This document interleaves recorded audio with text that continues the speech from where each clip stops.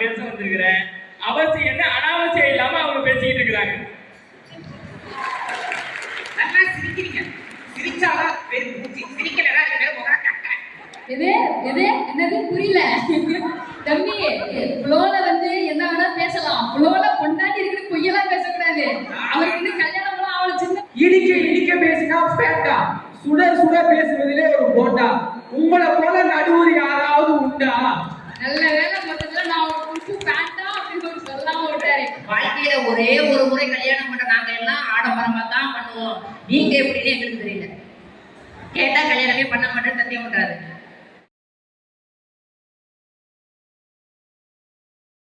குட்டி கிருஷ்ணன், விஜயராணி, செல்வர் காவியன், திருமதி ரம்யா மேம், செல்வர் அருண்குமார், செல்வர் நெற்சூரியன் அவர்கள் எல்லாம் உங்களுக்காக சிறப்பான ஒரு பட்டிமன்றத்தை ஆற்றுவதற்காக இதோ உங்கள்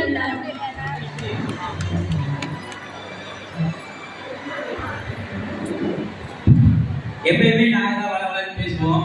ஆனா பட்டிமன்றத்துக்காக எங்க நேரத்தை நாங்க குறைச்சிக்கிறோம். அவங்க நேரத்தை இன்னும் நாங்க வீணடிக்க விரைய விரும்பல. ஏன்னா அது கூட அனாவசியமா கூட இருக்கலாம்.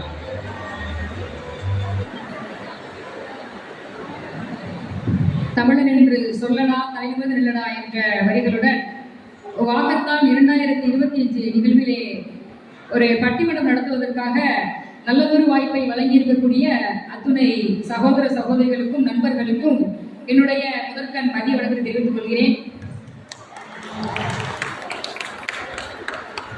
கருவறைக்குள்ளே இருக்கும் இறைவனின் நிறமோ கருப்பு. வாழ்க்கையில் உயர்வதற்கு வேண்டும் உழைப்பு. உயர்ந்தவர்கள் சிறந்தே வாழ்வதற்கு வேண்டும் பொறுப்பு. மீனவர்களின் பாசமும் கடற்கரையின் வாசமும் இணைந்து உலாவரும் நாகை மாவட்டம் என்றாலே தனி சிறப்பு சிறப்பு சிறப்பு என்று கூறி வருகை தந்திருக்கக்கூடிய அத்துணை பேருக்கும் என்னுடைய வணக்கத்தை கூறி, இன்றைய காலகட்டத்திலே ஆடம்பர செலவு அனாவசியமா அவசியமான ஒரு நல்லதொரு தலைப்பு. ஏன்னா இங்க சேமிப்பு எவ்வளவு முக்கியம்னு உங்களுக்கு தெரியும். அதனால அப்படி இருக்கும் பொழுது இந்த மாதிரி ஒரு தலைப்பை நம்ம தேர்ந்தெடுத்திருக்கோம். 2 அணியிலையும் வலுவான பேச்சாளர்கள் வந்து அவங்களுடைய காரசாரமான கருத்துக்களை பதிவு செய்து நகைச்சுவையிலே உங்களை ஆழ்த்துவதற்காக வந்திருக்காங்க. நம்ம அவங்க கிட்ட கேட்டுருவோம். இன்றைய காலகட்டத்திலே ஆடம்பர செலவு அனாவசியமா அவசியமா? இப்ப எல்லாருக்கும் ஒரு நல்ல நிகழ்வுக்கு போறப்ப 200 ரூபாய் படம் பண்ணிட்டு போனா போதுமா? ஒரு 1000 ரூபாய் 2 ரூபாய்க்கு ஆத்துக்காரி எடுத்து கொடுத்தா சந்தோஷம் தான் தோணும். அதனால ஒரு சில நேரங்கள்ல நம்ம பணத்தின் மூலமாக மகிழ்ச்சி வரும்னு சொன்னா பிடித்தவர்களுக்காக செலவு செய்வது தப்பு இல்லை தானக்கா? கரெக்டு தானே நான் சொல்றது? ஆனா சிக்கனமா இல்லைன்னு சொன்னா வருங்காலத்துல கடனாளி ஆகும் வாய்ப்பையும் இந்த வாழ்க்கை ஏற்படுத்தி தருகிறது அல்லவா? அதனால நம்ம பேசியே ஒரு முடிவு பண்ணிடுவோம். இப்ப ஆடம்பர செலவு அவசியமே. அவசியம் தாங்க ஆடம்பர செலவு. என்னங்க வாழ்க்கை ரொம்ப சின்னது, இருக்கிறப்ப சந்தோஷமா அனுபவிச்சுட்டு போவோம்னு சொல்லிட்டு புதுப்பள்ளியிலிருந்து நிறைய பேர் புதுப்பள்ளியிலிருந்து வந்திருக்கதான் நான் கேள்விப்பட்டேன். புதுப்பள்ளியிலிருந்து நம்முடைய சகோதரி விஜயதாரணி அவர்கள் சிறந்த ஒரு பேச்சாளர். கல்லூரி பள்ளியிலேயே நிறைய பேச்சு போட்டியிலே கலந்து பல்வேறு பெயர்களை பெற்றவர். இப்பொழுது நம் முன்னே ஆடம்பர செலவு வேறுங்க அப்படின்னு பேச வராங்க. வாங்க விஜயதாரணி, இவங்க அனல் பறக்கும் உரையிருக்காங்க.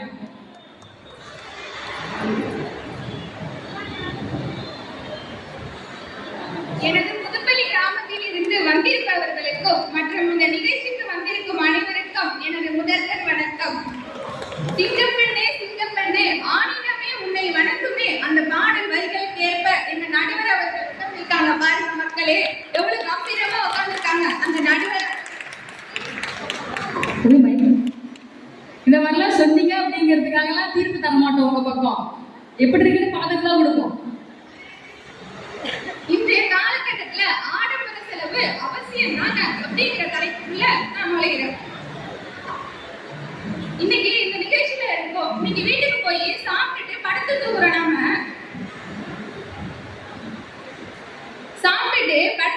நாம நாளைக்கு எழுந்திருப்போமா என்னன்னு நமக்கு தெரியுமா? அது கடவுள் கிட்ட தானே இருக்கு. அதனால நம்மளோட ஆசையை நிறைவேற்றி வாழணும். ஆடம்பர செலவு செய்யும் போது நம்மளோட ஆசை நிறைவேறுதுல. அதனால ஆடம்பர செலவு அவசியம் தாங்க. வாழ்க்கையே வாழத்தானங்க. ஆனந்தமாக வாழத்தான் ஆடம்பர செலவு செய்யறோம். ஆனந்தமாக வாழத்தான்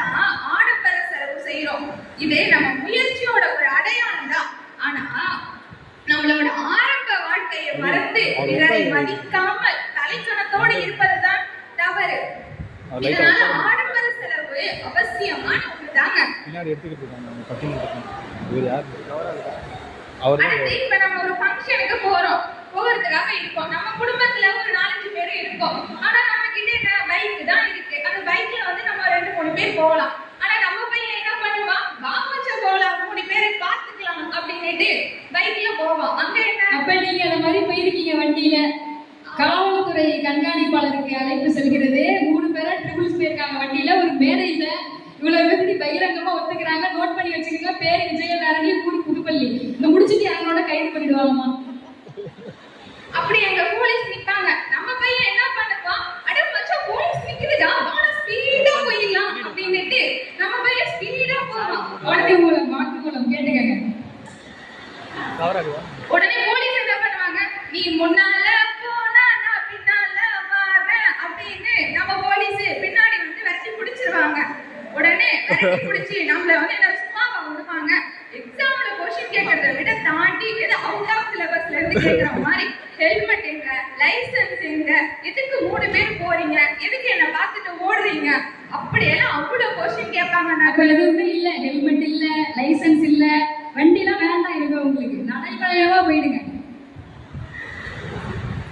அடுத்து அதனால நம்ம என்ன பண்றோம், இதெல்லாம் நமக்கு தேவையாங்க, பைக்ல போனா ஹெல்மெட் போடணும் அப்படிங்கிறதுனால நம்ம பையன் என்ன பண்றோம், கார் வாங்கிடுறோம். கார்ல போனா நம்ம ஹெல்மெட் போடணுமா, டிரைவிங்க்கு ஒரு லைசன்ஸ் மட்டும் இருந்தாலே போதும்.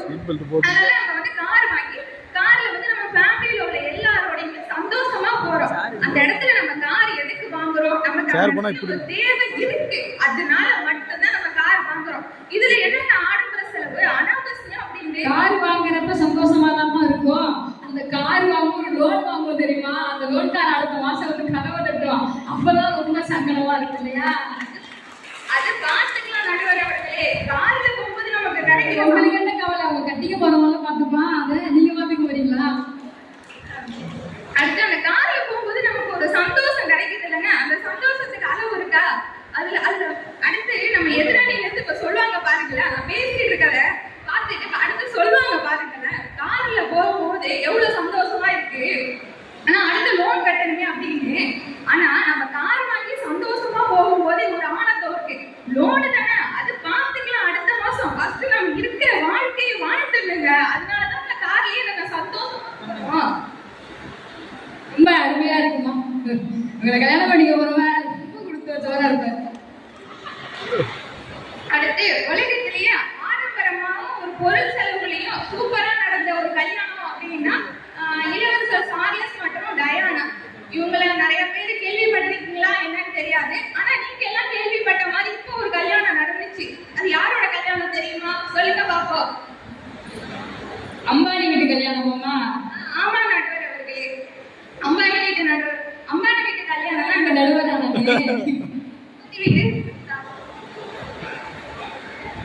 அம்பானி வீட்டு கல்யாணம் கொஞ்ச நாளைக்கு முன்னாடி தான் நடந்துச்சு. ஒரு சில மாதங்களுக்கு முன்னாடி தான். எந்த சோசியல் மீடியாவிலையும் பாருங்க, எதை ஓபன் பண்ணாலும் அம்பானி வீட்டு கல்யாணம், அவங்க இந்த புடவை கட்டியிருந்தாங்க, இவங்க அந்த புடவை கட்டியிருந்தாங்க, அவங்கள விருந்து வச்சாங்க, அப்படி இப்படி தானே ஒரே பேச்சா இருந்தது. அது மட்டும் ட்ரெண்டிங் ஆயிடுச்சு. நேற்று 2 நாளைக்கு முன்னாடி என் வீட்டுக்கு பக்கத்துல என்ன ஒரு கல்யாணம் நடந்துச்சு. அது மட்டும் ஏன் ட்ரெண்டிங் ஆகல, இருக்கிற யாருக்காச்சும் தெரியுமா என் வீட்டுக்கு பக்கத்துல 2 நாளைக்கு முன்னாடி கல்யாணம் நடந்துச்சுன்னு?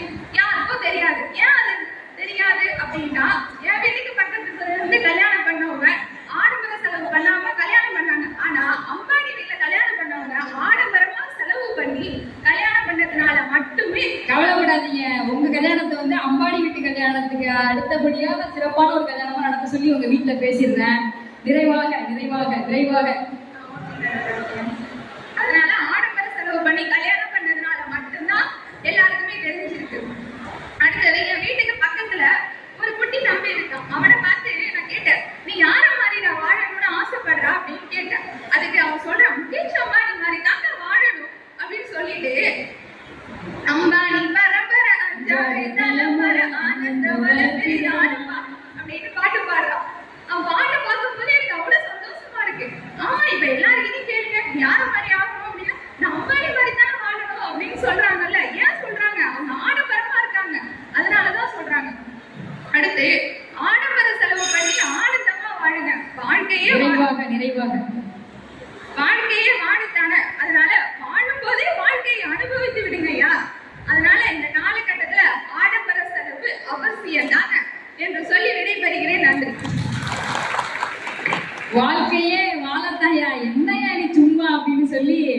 எதிரணியிலிருந்து என்ன பேசுவாங்கன்னு ஒரு ஆர்வத்தை கிளப்பி விட்டு போயிருக்காங்க. விஜயதாரணி அவர்களுக்கு மனமார்ந்த வாழ்த்துக்கள். அடுத்தபடியாக அதை என்னமா போமா ஓ பேச்சை கேட்டுக்கிட்டு நாங்க கடந்த உடனே வாங்கிட்டோம்னா நீயாமா கட்ட போற அப்படின்னு சொல்லி ஆடம்பர செலவு இன்றைய காலகட்டத்துல வேண்டான்னு சொல்லி செல்வன் நெப்போலியன் அவர்கள் பேச வராரு. இவரை பத்தி சொல்லணும்னா இளம் புயல், நகைச்சுவை மன்னன், நகைச்சுவை பேச்சாளர்னு பல்வேறு விருதுகளுக்கு சொந்தக்காரர் நம்முடைய தம்பி. இப்பயும் ஒரு சரியான நகைச்சுவையில அவங்க எல்லாம் சிரிக்க வச்சு ஆடம்பர செலவு வேண்டாம் போகையா அப்படின்னு சொல்லி பேச போறாரு. வாங்க தம்பி, உங்க நகைச்சுவை உரைய தாங்க. பாரதியாரின் கவிதைகளிலே பிறந்து, கம்பனின் வரிகளிலே வளர்ந்து, தமிழென்னும் தாய்மடியிலே தவழ்ந்து, நாவல் அமிர்தம் என்கின்ற தமிழை கொடுத்த எனது தமிழன்னையை இதற்கனவாக வணங்கி, சிறப்பு சிறப்பு தம்பி. 5 5 10 எங்க நாவை மக்கள் தான் கெட்டு காமிச்சவங்க கை கட்ட கொடுத்துங்க. நல்லா சிரிக்கிறீங்க. சிரிச்சாதான் பேரு பூச்சி, சிரிக்கலன்னா அது பேரு முகர கட்ட. நல்லா சிரிச்சிருங்க. எல்லாரும் சிரிச்சிருங்க. நம்மளே சொல்றாரு. ஆனா சிரிச்சீங்கன்னா உண்மையிலே குட்டி வளர்றீங்க. உள்ள பொண்ணுங்களுக்கு நான் உண்மையிலே சொல்றேன். அங்க ஒரு அம்மா இழுத்து பார்க்க அற்படையார வளர்ந்துட்டு கொஞ்சம் கேப் கொடுக்கூடாது. என்ன கதைன்னே தெரியல. இன்றைய காலகட்டத்துல ஆடம்பர செலவு அவசியமா அனாவசியமா? ஒரு தலைப்பு, அருமையான தலைப்பு. நான் என்ன தலைப்புல பேச வந்தேன்னா அனாவசியம். ஏன்னா என் வீட்டுக்காரியை போய் சுத்தி பார்க்கறதுக்குள்ள 1 மணி நேரம் ஆயிடும். எது எது என்னது புரியல தம்பி, என்ன சொன்னீங்க? என் வீட்டுக்காரியை சுத்தி பார்க்கறதுக்குள்ள 1 மணி நேரம் ஆயிடும். ஐயோ தம்பி, ஃப்ளோல வந்து என்ன வேணா பேசலாம். ஃப்ளோல பொண்டாட்டி இருக்குன்னு பொய்யெல்லாம் பேசக்கூடாது. அவருக்கு இன்னும் கல்யாணம்லாம் அவளை சின்ன பையங்க அவரு. நானும் ஆண்டானே அச்சம் மடம் நானும் பருப்பு எல்லாம் இருக்குமா இல்லையா தம்பி? அதெல்லாம் இருக்கலாம். ஆனா கல்யாணம் ஆகாம பொண்டாட்டி இருக்கலாமா? உண்மையிலேங்க சுத்தி பார்த்தீங்கன்னா சுத்தி பார்க்கறதுக்குள்ள 1 நாள் ஆயிடும். அப்படி கட்டுவா.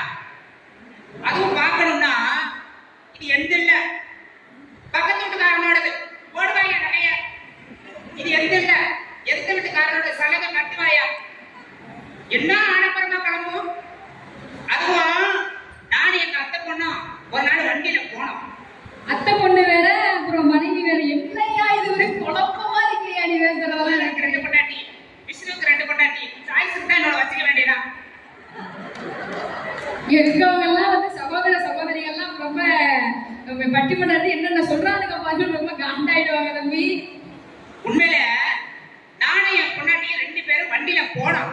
ரொம்ப கஷ்டமா இருக்கு. திரும்ப திரும்ப உங்க பொண்டாட்டின்னு சொல்லாதீங்க. திருமணம் ஆகல காதலர்கள் 2 பேரும் போனப்பா. காதலிக்கிறீங்களா? அப்படியே வச்சுக்க நடுவர்களே, அவ்வளவுதான்.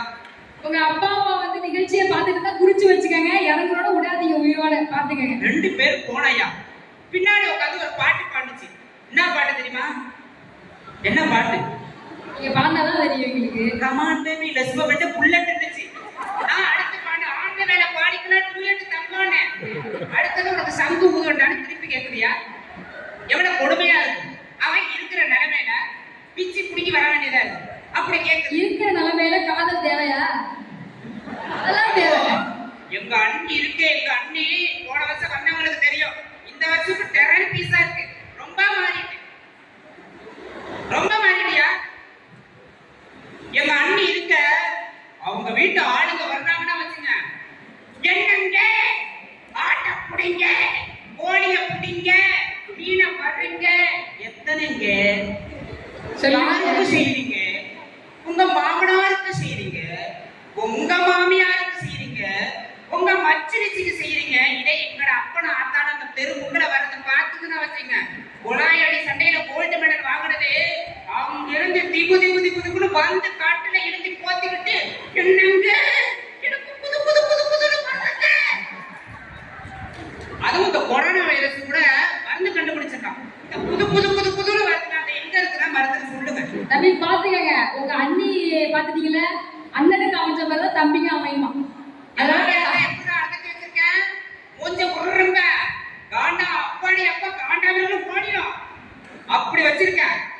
உண்மையிலே நடுவர்களே, இன்னைக்கு உள்ள ஆடம்பர செல்வம்னா எப்படி இருக்கும்னா அவசியமே இல்லாததா இருக்கும். ஒன்று சொல்லணும்னா சிவாஜி கணேசனுடைய ஒரு பாடலை நீங்க கேட்டிருப்பீங்க. அந்த பாடலை பாத்தீங்கன்னா ஒரு பாட்டு இருக்கும். ஆடை அணிகளும் ஆடம்பரங்கள் ஆண்டவன் விரும்புவதில்லை. ஆனா அந்த காலத்துல விட இந்த காலத்துல எல்லாம் கடவுளுக்கு என்ன பண்றாங்கன்னா ரொம்ப கிராண்டா பண்ணுவான். கடவுள் கூட ஆடை அணிகளை எதுவுமே விரும்புறதில்ல. ஆனா மனிதனானவன் அப்படி இருக்கானா அப்படின்னு கேட்டீங்கன்னா இல்ல. மனிதனானவன் எல்லாவற்றையுமே பேராசை கொள்கிறான். அப்படி ஆசை ஆசை ஆசை ரொம்ப எதிர்த்தரப்புல இருந்து நம்ம பேசுச்சு, நம்புறவங்களுக்கே பேசுச்சு. என்ன பேசுச்சுன்னு எனக்கும் தெரியல, அதுக்கும் தெரியல, என்ன தலைக்கு பேச போகுது, அடுத்த ஆளுக்கு என்னன்னு தெரியல. ஆனா இந்த அணியெல்லாம் அப்படி இல்லைங்க. என்னை பொறுத்த வரைக்கும் இதுதான் அணி, அது முழு சனி. ஒண்ணு கொங்கு சனி, இன்னொன்னு மங்கு சனி. என்னத்த சொல்றாரு நீங்க? எனக்கு பிடிச்ச ஜென்ம சனி. உண்மையிலுங்க உட்கார்ந்து இருக்க முடியல. அவசியம் தான் பேச போறேன், அவசியம் தான் பேச போறேன். நிறைவாக நிறைவாக உண்மையிலே சொல்லணும்னா வாழ்க்கைக்கு அவசியத்தை நாங்க வேண்டாம்னு சொல்லல. அதற்கான இடம் பொருள் ஏவலை அறிந்து நீங்க செயல்படுங்க அப்படின்னு தான் நம்ம சொல்றோமே தவிர அதை வேண்டாம் அப்படின்னு சொல்லல. அருமையான ஒரு விஷயம் சொல்லியிருக்காரு தம்பி. எனவே எனக்கான இந்த தலைப்பிற்கே வாவை சூட்ட வேண்டும் என்று நண்பர்களை கேட்டுக்கொண்டு வாய்ப்பளிக்க சொல்லி நன்றி கூறி விடைபெறுகிறேன். நன்றி, வணக்கம்.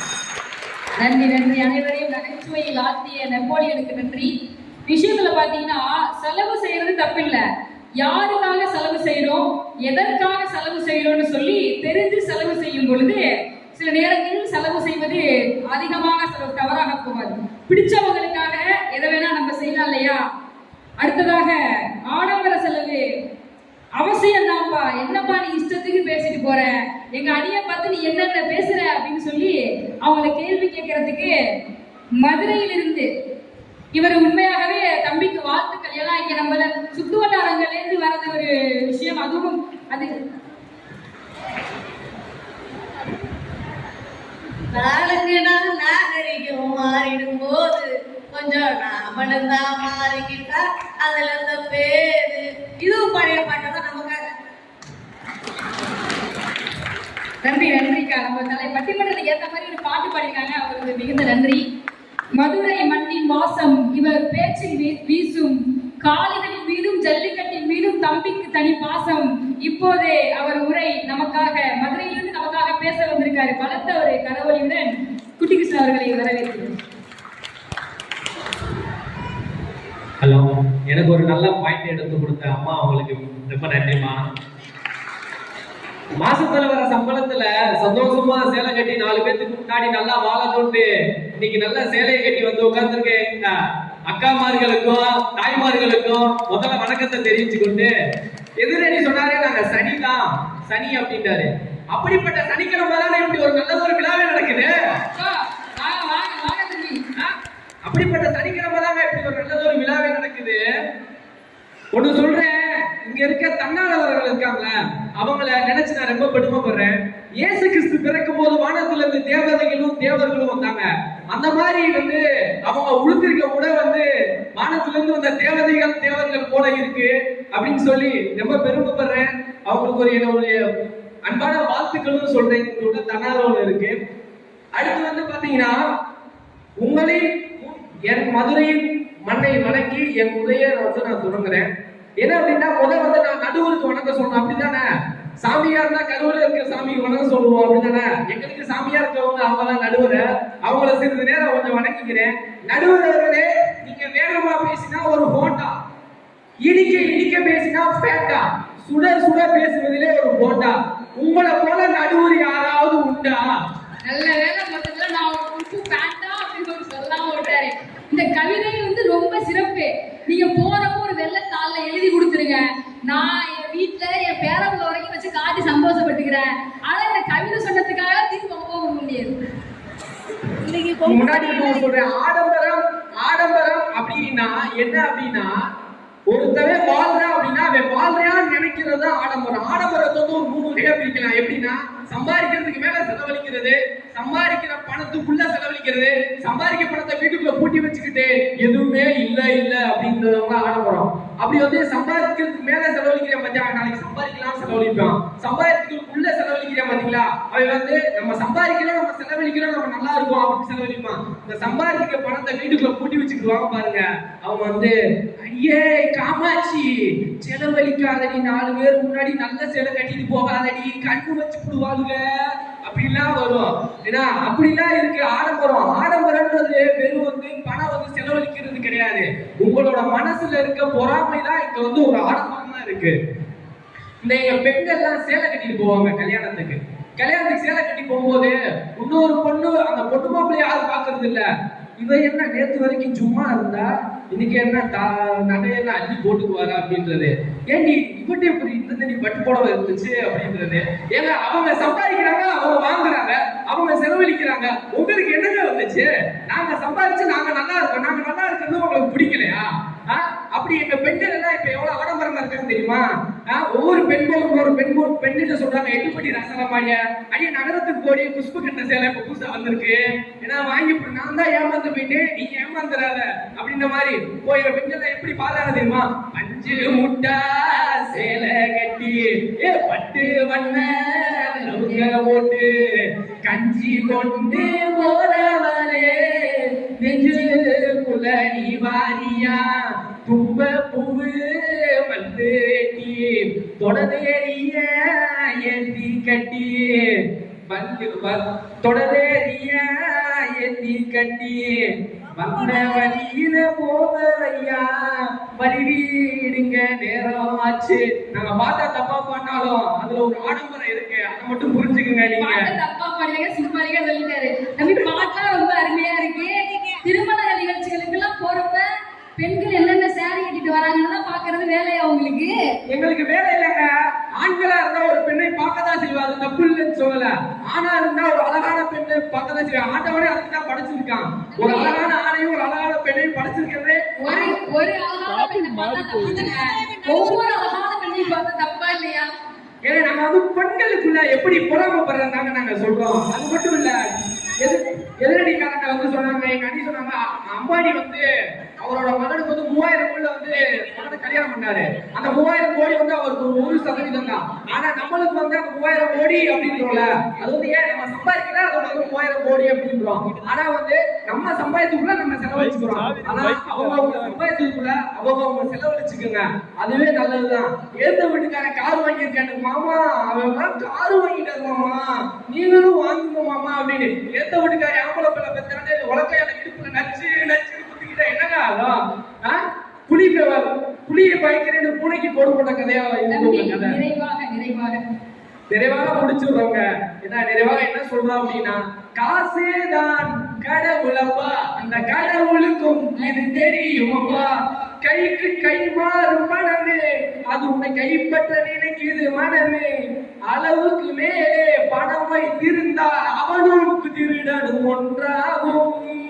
வரவுக்கு மேலே செலவுகள் செய்தால் அவனும் குருடனும் ஒன்றாகும். சும்மா இருக்கிற பொருளை எடுத்து வறுமைக்கு கொடுத்தால் தர்மமாடா. காசேதான் கடவுளப்பா, கடவுளுக்கும் தெரியுமப்பா. நாங்க செலவழிக்கிறதுனால இந்தியாவில வந்து மானியம் வந்து அதிகமா இருக்குது. நான் செலவழிக்காம பணத்தை வீட்டுக்குள்ள பூட்டி வச்சுட்டேன் என்ன ஆகும்?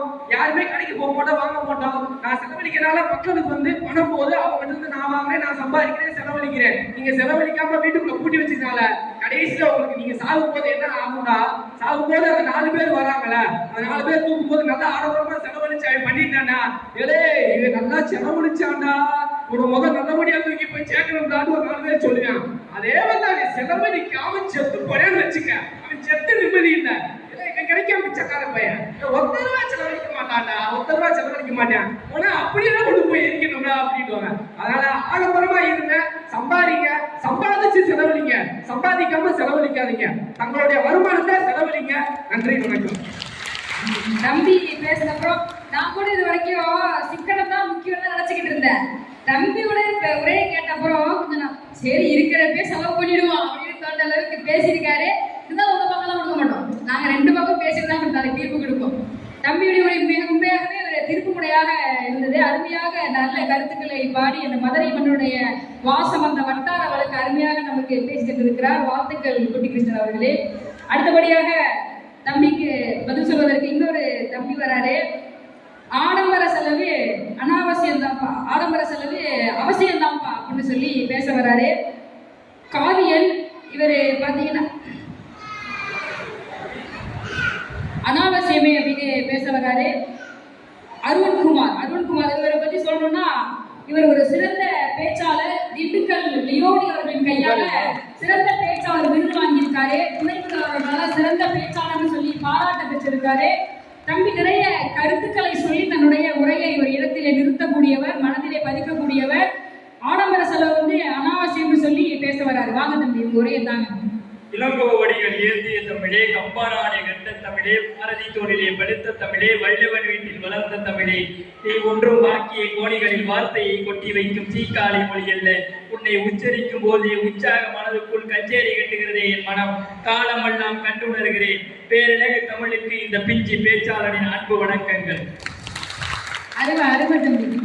நடுவர் அவர்களே, இன்றைக்கு ஒரு அருமையான தலைப்பை நீங்கள் கொடுத்திருக்கீங்க. இன்றைய காலகட்டத்துல ஆடம்பர செலவு அவசியமா அனாவசியமா? அனாவசியம்னு நான் பேச வந்திருக்கிறேன், அவசியம்னு அனாவசியம் இல்லாம அவங்க பேசிக்கிட்டு இருக்கிறாங்க. அவங்க அணிய பார்த்தா எனக்கு ஒரு பாட்டு ஞாபகம் வருது. இன்னும் எத்தனை காலம் தான் ஏமாற்றுவாய் இந்த நாட்டிலே, சொந்த நாட்டிலே, இன்னும் எத்தனை காலம் தான் அப்படின்ற மாதிரிதான் இருக்கு. ஏன்னா என்ன பார்த்தா எதுவும் பாட்டு ஞாபகம் வருதாப்பா? உங்களை பார்த்தாவா? சரி இல்ல நீங்க பேசுங்க. ஏதாச்சும் பாடிட்டீங்க எனக்கு வணக்கம். அப்படிலாம் இல்லை. சிங்கம் பெண்ணே, சிங்கம் பெண்ணே, ஆடினமே உன்னை வணங்குமே. பாட்டுக்காக தீர்ப்பு கொடுக்க மாட்டேன். நான் தீர்ப்புக்காக பாடல. நடுவர்களே, எல்லாரும் பேசினாங்க. அந்த அணிலேருந்து வந்து பேசின எல்லா பேச்சாளரும் பேசினாங்க. அம்பானி வீட்டு கல்யாணம் நடந்துச்சு. அவர் வந்து 3000 கோடி செலவு பண்ணாரு, 4000 கோடி செலவு பண்ணாருன்னு. நான் கேட்கிறேன், அம்பானி வீட்டு கல்யாணம் அப்படி நடந்துச்சு, நம்ம வீட்டு கல்யாணம்னா எப்படி நடக்குதுன்னு நம்ம யோசிச்சு பார்க்கணும்.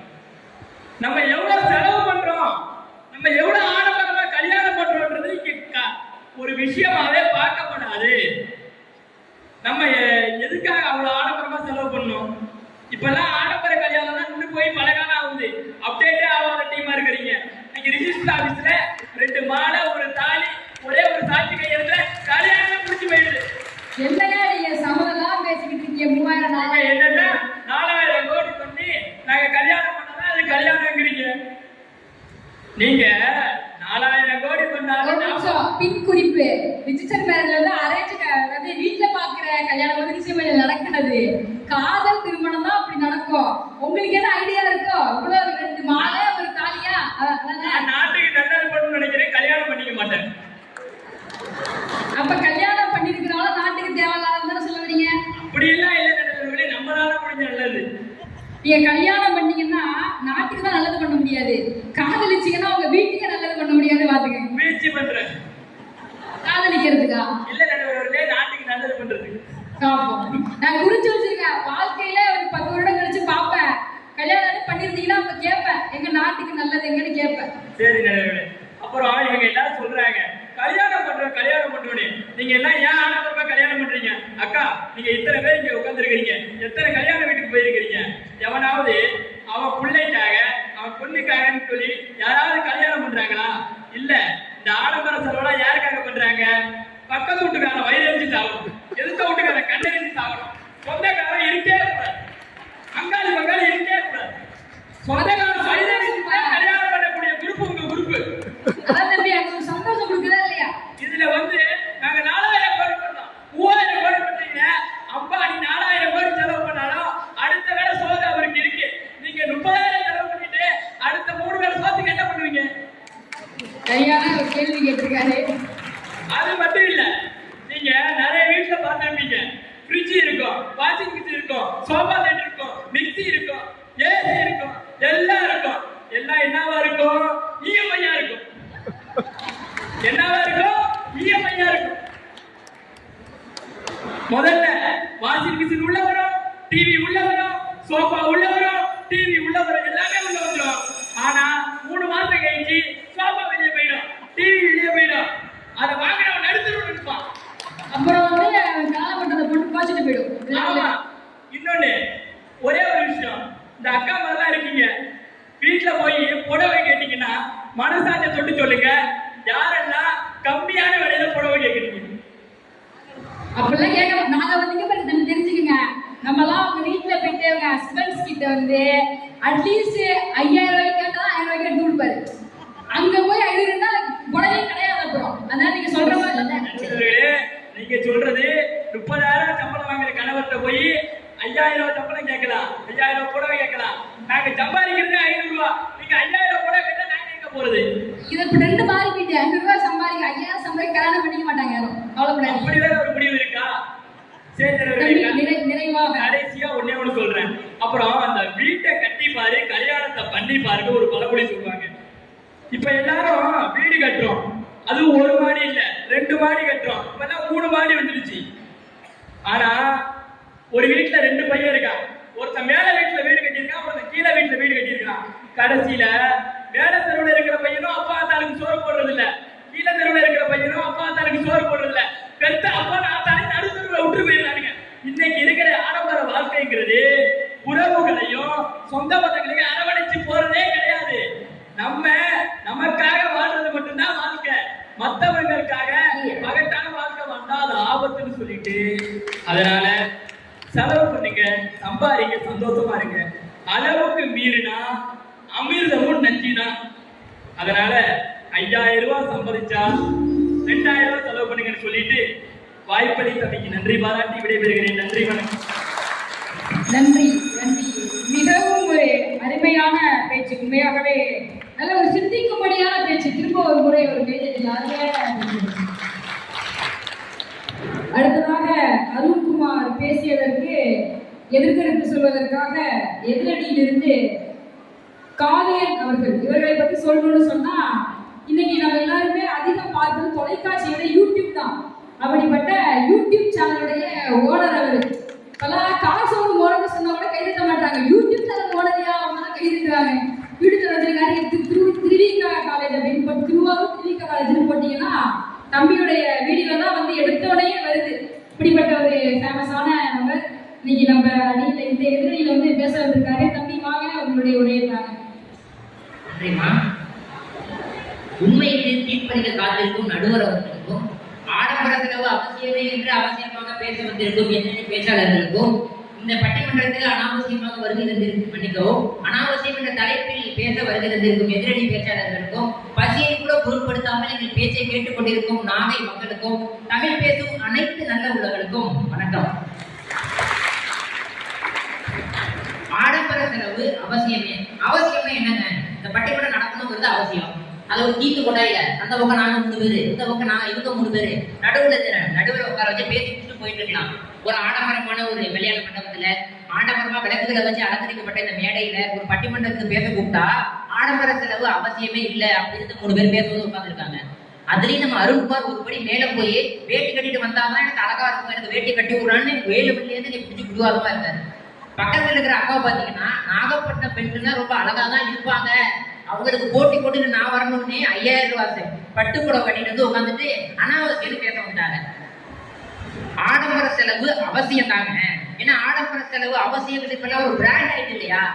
லக்கி பாஸ்கர்னு சமீபத்தில் ஒரு படம் வந்துச்சு நடுவர் அவர்களே, நாளைக்கு பேர் இருக்க கூட ஒரு டிவியில போடலாம் போய் பாருங்க. அதுல ஒரு அருமையான ஒரு வசனம் ஒன்று வந்திருக்கும். பணம் சம்பாதிச்சா பொருளை வாங்க முடியும், மரியாதையை சம்பாதிக்கணும்னா பணம் நம்ம உடம்பு மேல தெரியணும். சரியா இல்லையா? அதுல எதிரடிக்காகவே இன்னொரு டைலாக்மே வச்சிருக்காங்க. வாழ்க்கையில ஒரு 5 நிமிஷம் நமக்கு பிடிச்ச மாதிரி நடக்கல, அதுக்காக அதையே நினைச்சா வாழ்க்கை ஃபுல்லா வருத்தப்பட்டு இருக்க முடியும். அது மாதிரி இந்த பட்டிமன்றத்துல ஒரு 5 நிமிஷம் வந்து அவங்க பேசிட்டு அவ்வளவு பேசிட்டு இருப்பாங்க, அதையவே நம்ம ஞாபகம் இருக்க முடியும். இந்த காதல வாங்கி அந்த காதல விட்டு போயிட்டு இருக்க வேண்டியதாங்க. அதே மாதிரி அருண்குமார் பேசும்போது கல்யாணத்தை ஆடம்பரமா பண்றாங்க, கல்யாணத்தை ஆடம்பரமா பண்றாங்க, அதையே சொல்லிட்டு இருக்காரு. நல்லா கேட்டுங்க அருண்குமார், வாழ்க்கையில ஒரே ஒரு முறை கல்யாணம் பண்ற நாங்க எல்லாம் ஆடம்பரமா தான் பண்ணுவோம், நீங்க எப்படின்னு எங்களுக்கு தெரியல.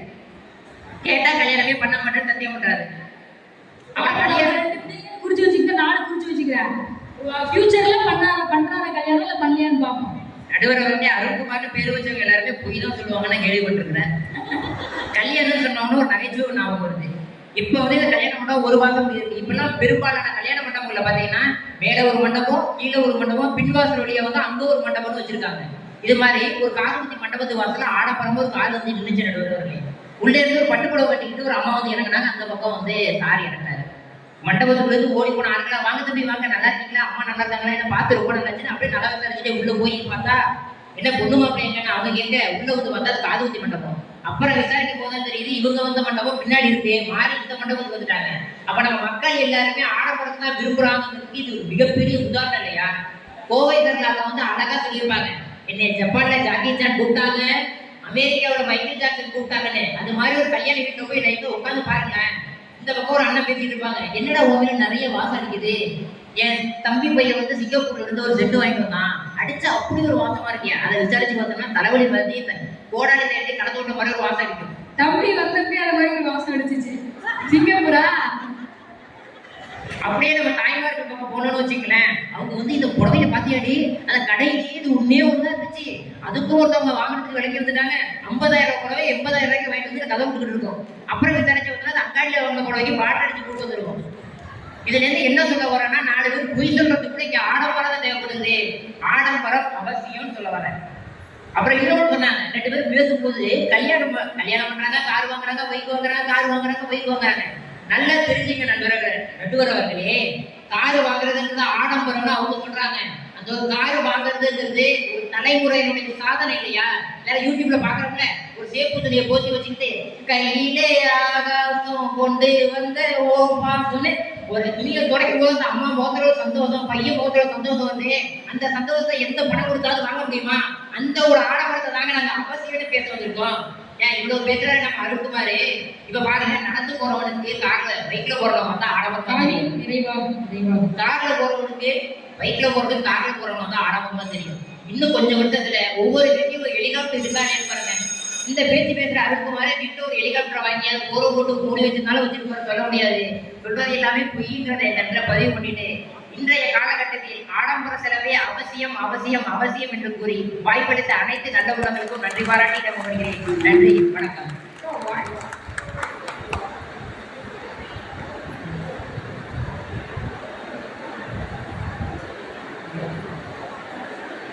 அருமையாக பேசிட்டு போயிருக்காரு. பயமா இருக்கு.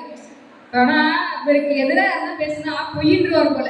ஒருவேளை தீர்ப்பவாதிகளை கொண்டு நான் பூரா பொய்யா பேசிக்கிட்டு திருன்னு சொன்னாலும் சொல்லுவார். ஊருக்கு எல்லாம் பயமா இருக்கு எனக்கு சில நேரம்லாம் பார்த்தாலே.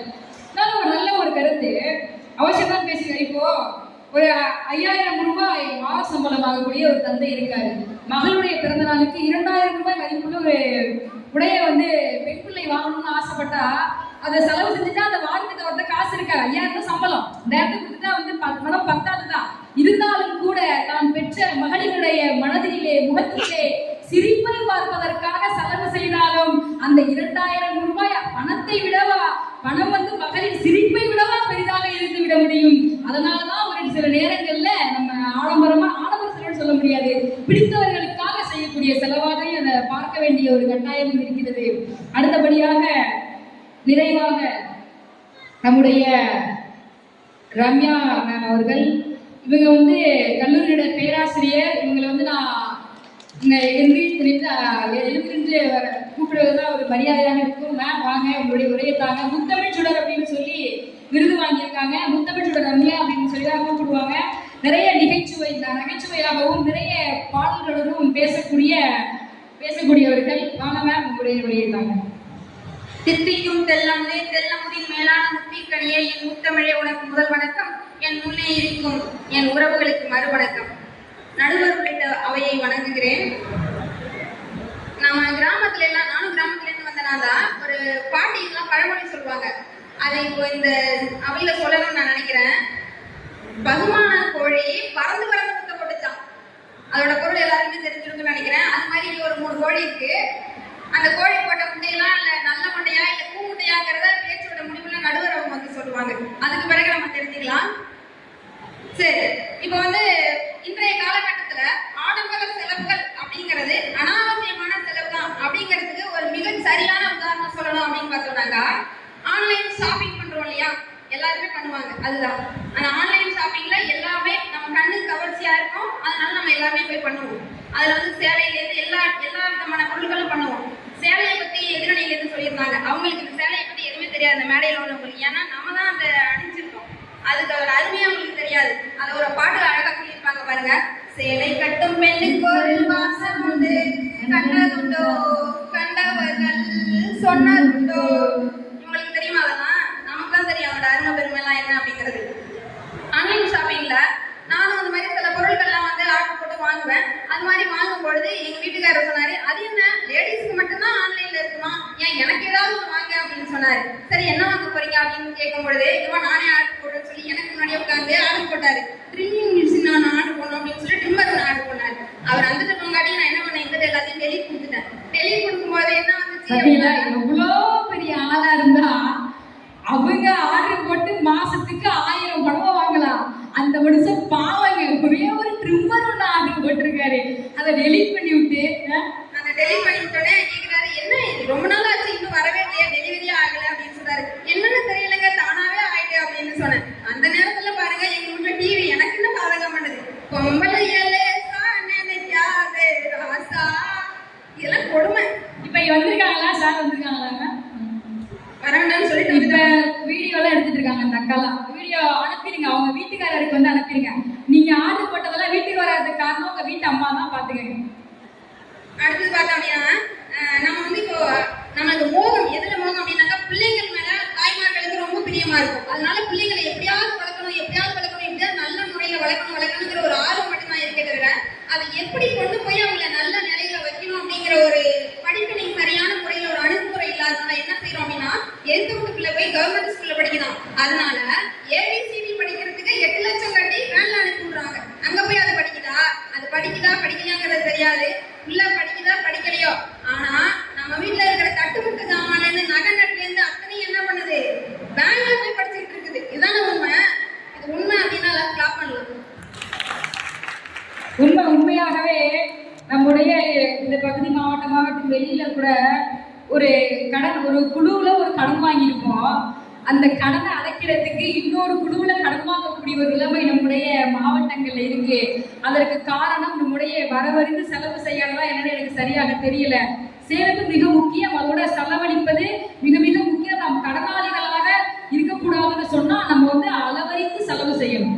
அம்மாக்கள் பிள்ளைங்களுக்கு பேர் வைக்கிறாங்க பாருங்க, பேருனாக்க அழகா ஒரு முத்தமிழ் இல்ல ஏதோ செந்தமிழ் இந்த மாதிரி பேர் வச்சா அழகா இருக்கும். பேரை பாருங்களேன், அத்தி அத்தி அது பேரும் அது என்ன அணிவிக்கு வந்த மாதிரி இருக்குது பேர். இப்பெல்லாம் வந்து பேர் வச்சா பொம்பளை பிள்ளை பேரா பையன் பேரே தெரியாத மாதிரி வைக்கிறாங்க. பேர்லயும் ஆடம்பரம் வந்துட்டு பாருங்க. அடுத்தது பார்த்தோம் அப்படின்னாக்கா பேர்ல சிக்கனம், அத்தி வந்து சிக்கனம். காலேஜ்ல கொண்டு போய் சேர்க்கிறாங்க. காலேஜ்லனாக்கா என் பிள்ளை வந்து இந்த ஊர்ல யாருக்குமே தெரியாத ஒரு காலேஜ்ல கொண்டு போய் சேர்க்கணும்னு கொண்டு போய் சேர்க்கிறாங்க. எதுக்காக சேர்க்கிறாங்க அது அவங்களுக்கே தெரியாது. ஏன் அப்படின்னாக்கா யாருக்குமே தெரியக்கூடாத காலேஜ்ல தானே கொண்டு போய் சேர்க்கிறாங்க. பிள்ளை என்ன செய்யறான் அப்படின்னா தெரியுமா, அதுவும் தெரியாது. ஆனா அவன் என்ன பண்ணுவான், அம்மா எனக்கு உடனே என்ன பண்ற அப்படின்னாக்கா இது வாங்கிட்டு போன் வாங்கிட்டு செல்போன் வாங்கிட்டு அப்படின்னு கேட்பான். உடனே என்ன கடனை உடனே வாங்கி வட்டிக்கு கூட்டி வாங்கி எல்லாம் வாங்கி கொண்டு போய் போன கொடுத்தா அவன் முதல்ல செட் பண்றது என்ன தெரியுமா, ரிங்டோனை செட் பண்ணுவான். அதுவும் அமௌண்ட் பே பண்ணி தான் செட் பண்றான். ரிங்டோனை நாங்க அதுக்காக வச்சிருக்கோம் அப்படின்னாக்கா ஒருத்தவங்க போன் வந்தா அந்த அழைப்பு நம்ம கேட்கணும் அப்படிங்கிறதுக்காக தான் அந்த ரிங்டோன் வச்சிருக்கோம். ஆனா அவன் வச்சிருக்க ரிங்டோனை பாத்தீங்கன்னா சக்கரை என் சக்கரையா சீனியா யாருங்க நான் போன் நினைச்சேன் 2 நாளைக்கு முன்னாடி ரிங்டோனே மாமாவும் பேர நெஞ்சுக்குள்ள பச்சையும் குத்தி பச்சையா போய் சொல்றாரு. இல்ல அதுக்கு ஒரு காரணம் இருக்கு. அது என்ன அப்படின்னாக்கா நான் வந்து ப்ரொஃபஸரா இருக்கேன். ஏதாவது ஒவ்வொரு நாளைக்கு ஒரு பாட்டு வச்சதா என் ஸ்டூடெண்ட் என்ன பண்ணுவானாக்கா லீவ் சொல்றதுக்கு இன்ஃபார்ம் பண்ணுவான். இல்ல அப்படின்னாக்கா அது கூட செய்ய மாட்டான். அதெல்லாம் ஒரு சூட்சமா இருக்கு. இதெல்லாம் உங்களுக்கு தெரியாது. சரி விரைவாக அதாவது ஆடம்பரம் அப்படிங்கிறது ஆடும் பம்பரம் போன்றது. எப்போது வேணாலும் அது சாயலாம். ஆனா ஆனந்தமா நம்ம வாழணும் அப்படின்னாக்கா அதுக்கு அன்பானவர்கள் நம்ம பக்கத்துல இருந்தாலே போதும் அப்படிங்கறத சொல்லி அதை மட்டும்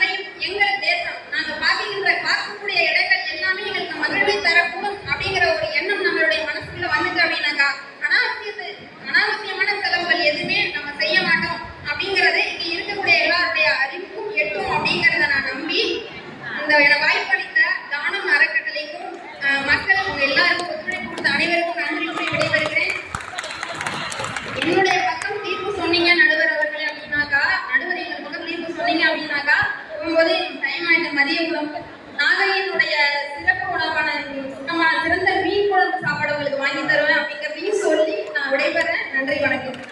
மீன் குழம்புக்காகலாம் தீர்ப்பு உங்க பக்கம் சொல்ல மாட்டேன். நியாயமா தீர்ப்பு சொல்றவங்க உட்காருங்க, மிக சேர்ந்து சாப்பிடுவோம் மீன் குழம்பு. சரி, இப்போ அன்பானவர்கள் இருப்பதுதான் ஆடம்பரமேங்க அப்படின்னு சொல்லி அருமையா மேம் நிறைய கருத்துக்களை பேசியிருக்காங்க. இப்ப நம்ம நிறைவு பகுதிக்கு வந்துட்டோம், தீர்ப்பு சொல்ல போறோம். ஆடம்பரமான செலவு அவசியமா அனாவசியமாங்கிறது நம்முடைய தலைப்பு இன்றைய காலகட்டத்துல. அப்ப அந்த காலகட்டத்துல ஒரு சில பொருட்கள் இல்லாமயே வாழ முடியும் நிலையை வந்து இந்த சமுதாயம் ஏற்படுத்தி இருந்துச்சு. காலம் போக போக இன்னைக்கு எல்லாருமே உங்க மனதில் சொல்லுங்க, கைபேசி இல்லாம இருக்க முடியுமா? முடியாது. இல்ல, கைபேசி இல்லாம நான் இருந்துருவேன் அப்படின்னு சொல்லுங்க, அதிக பேரால கை தூக்க முடியாது. ரீசார்ஜ் பண்ணாம மாசம் இருக்கவே முடியல. அரிசி வாங்காம கூட வாங்காம ரீசார்ஜ் பண்ணாம இருக்க முடியல. அப்ப இன்றைய காலகட்டம் ஒரு வகையில் நம்மள அதை நோக்கி தள்ளுகிறது, ஆடம்பரத்தை நோக்கி தள்ளுகிறது. ஒரு மீள முடியாத அதுல இருந்து ஒரு இதுல மாட்டிக்கிட்டு இருக்கோம். நான் ஒரு கவிதை, ஒரு மனைவிக்கு ஒரு கணவன் எழுதிய கவிதை ஒண்ணு, ரொம்ப அருமையான ஒரு வரிகள்.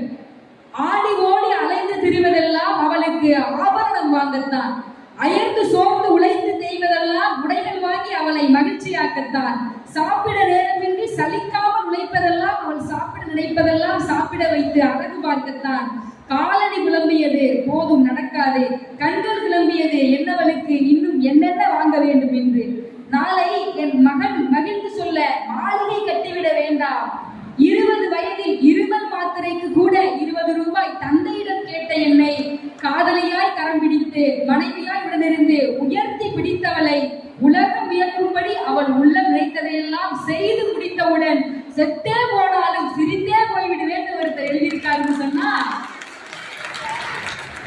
என்னவன் எனக்காக வந்துட்டான் இருக்க. ஏன்னா லைஃப் இஸ் வெரி ஷார்ட். இருக்கிறப்ப வந்து எல்லாமே நம்ம பிடிச்ச மாதிரி செய்யணும்னு சொன்னாலும் கூட இன்னைக்கு சேமிப்பு மிக மிக எவ்வளவு முக்கியம்ன்றது நிகழ்ச்சியா ஒரு சான்று.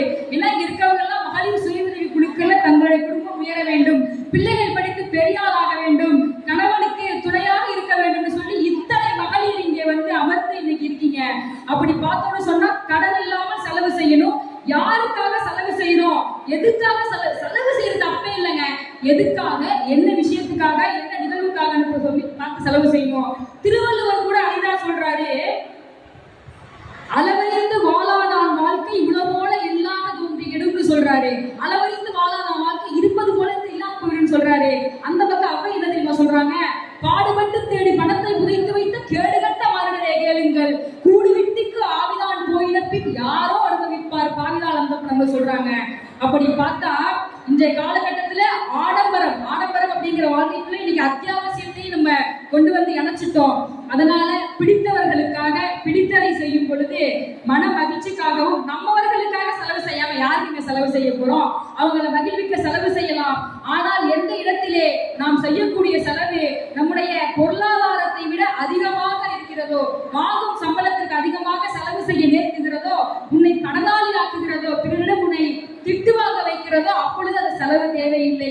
எனவே இடம் பொருள் ஏவரிழிந்து செய்யக்கூடிய செலவுகள் தவறில்லை. ஆனால் சிக்கனமாக இருப்பதே வாழ்க்கைக்கு மிக மிக முக்கியம்.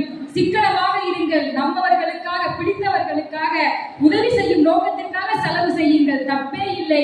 எனவே நல்ல முறையிலே பொருளீட்டி அதை சிக்கனமான முறையிலும் நம்மவர்களுக்காகவும் சிரித்து மகிழ்ந்து செலவழித்து சந்தோஷமாக வாழ்வோம். ஆடம்பர செலவு இடம் பொருள் ஏவலிருந்து செய்தால் தவறில்லை. சிக்கனமாக இருக்கும் வாழ்க்கை உயர்ந்த வாழ்க்கையாக இருக்கும். இரண்டுமே தேவை என்று நல்ல ஒரு தீர்ப்பை வழங்கி